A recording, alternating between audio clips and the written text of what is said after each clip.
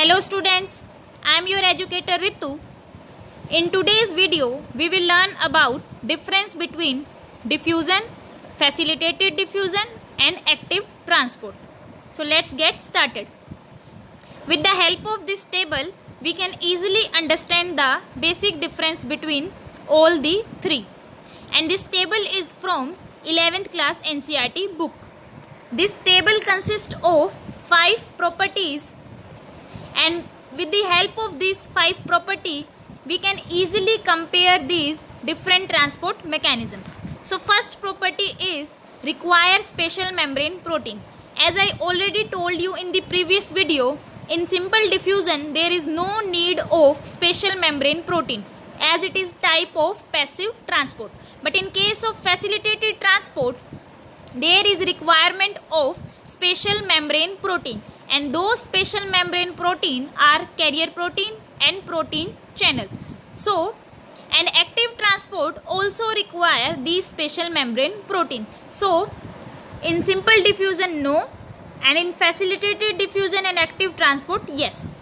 Next, second point, highly selective. Point number 1, point number 2 and point number 3 are interlinked to each other. If you understand the one point, you can easily understand the rest of the two.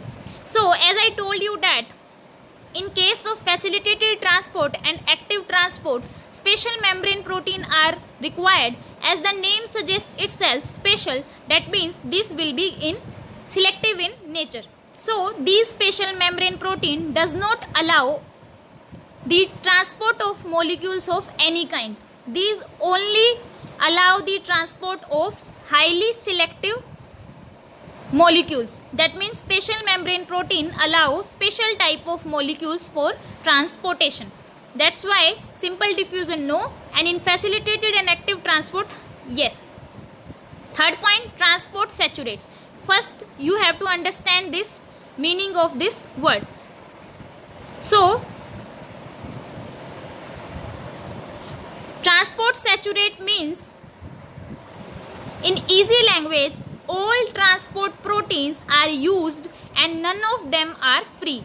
It will happen in case of active transport and facilitated diffusion, because carrier proteins and protein channels are used. So for transportation, when all the transport protein are used and none of them are free, that means that transport protein gets saturated and there is no more requirement for other molecules so that they can transport.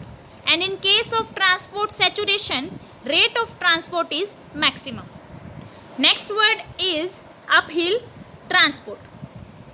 Uphill transport means transport of substance from low concentration to high concentration.